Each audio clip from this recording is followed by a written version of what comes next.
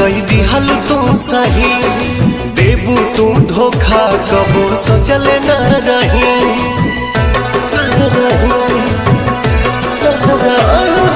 लोगवा के बतिया कई दिहल तू सही देबू तू धोखा कबो सोचल न रही।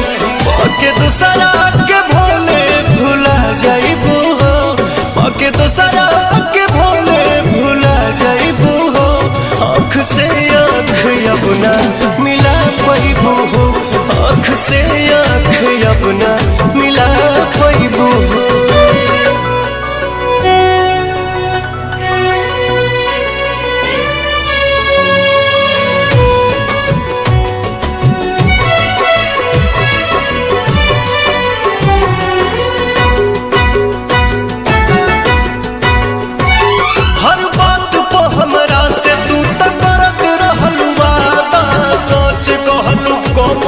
से झूठ बोललू ज्यादा, झूठ बोललू हर बात को हमरा से तू तो करत रहलू वादा।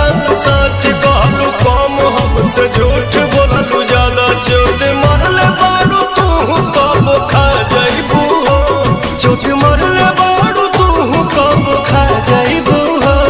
आँख से आँख अपना मिला पाइबू हो, आँख से आँख अपना मिला पाइबू हो।